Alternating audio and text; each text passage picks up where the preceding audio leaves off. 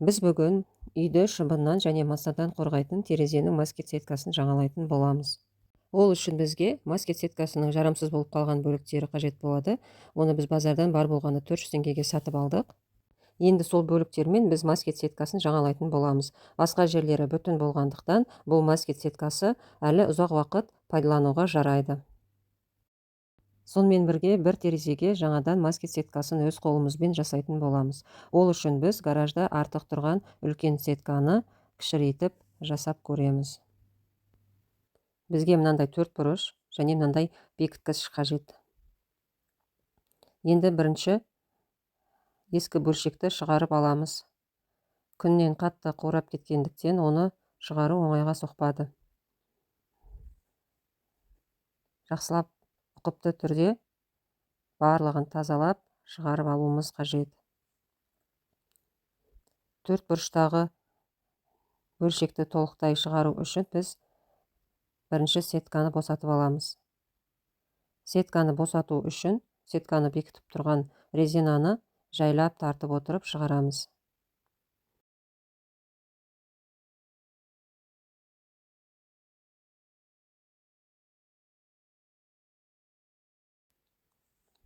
Міне біз бұрыштарды шығарып алдық. Енді жаңа бұрыштарды бекітетін боламыз. Кішкене күш жұмсап, бұрыштарды жақсылап мықтап бекіту қажет.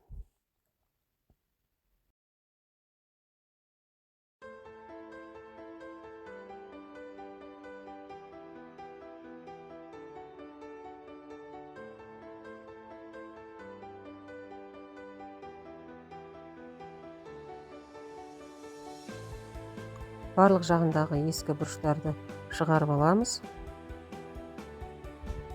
және жаңа бұрыштарды орнатамыз.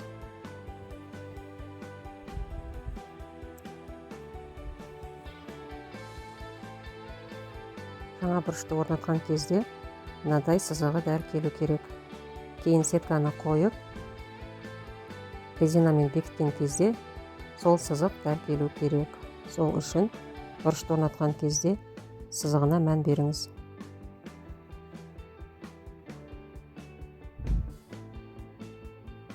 Осылай біз екі жағын орнатып жасап алдық. Енді келесі екі жағын жасайтын боламыз.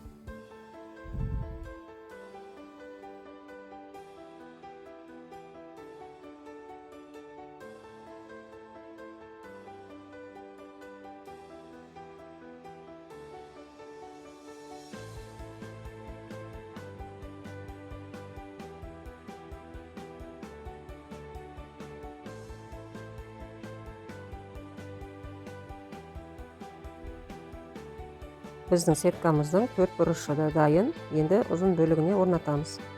Ұзын бөлігінің ішіндегі ескі бұрыштың қалдықтарын алып тастаймыз.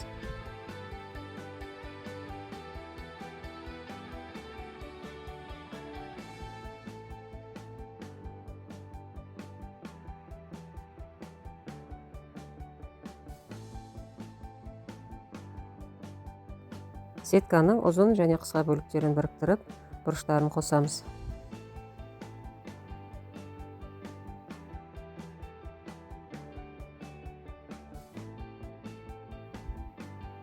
Мына жерде міне бұрыштардың сызықтары дәл келіп тұр. Осыған резина бекітілетін болады.